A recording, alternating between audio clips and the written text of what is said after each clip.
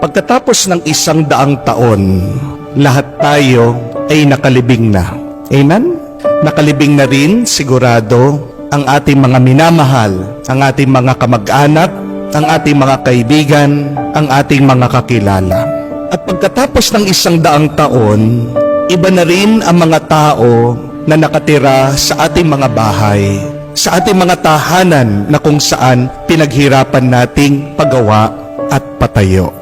May mga ibang tao na rin ang magmamay-ari ng mga bagay ng ating mga inipon. Pagkatapos ng 100 taon, ang kotse na binayaran natin at inutang, wala na rin. Maaaring ito ay scrap, lata na, tinapon, o baka inilibing na rin. Pagkatapos ng 100 taon, yung ating trabaho na pinagpaguran, ini-stress, palaging iniisip, binigay na sa iba. O maaaring ang kumpanya na ating pinasukan ay wala na rin. Pagkatapos ng 100 taon, yung mga kaaway natin na kinaiinisan, nakabaon na rin. At pagkatapos ng 100 taon, kahit ang ating mga kaapu-apuhan, hindi man tayo maaalala, makikilala, o matatandaan. Pagkatapos nating mamatay, larawan na lang tayo. Makikita sa album, sa picture, nakasabit sa dingding. Maaaring makikita tayo, dadaan tayo sa Facebook feed ng ibang tao, pero hindi na tayo kilala.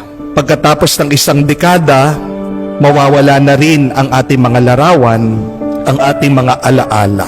Kung maiintindihan natin ang ating kinabukasan na mawawalang kwenta lahat ng ating mga inaalala dahil may katapusan na ang lahat, hindi ba magiging mas masaya tayo ngayon? Yung ating mga takot ngayon, pagkatapos ng 100 taon, wala na yan. At pagkatapos nating mamatay, yung ating mga pangamba, wala na ring kwenta. So tandaan natin ito, mga kapatid, that life is short and quick. Maiksi lang ang buhay at mabilis. Lalong-lalo na ito ay umiiksi at bumibilis dahil sa ating takot, pag-aalala at pangamba. Do not make your life shorter and quicker because of your constant worrying, panicking, and fearing. Baka sa huli, magsisi ka na inubos mo ang iyong buhay sa kakaisip at sa pag-aalala.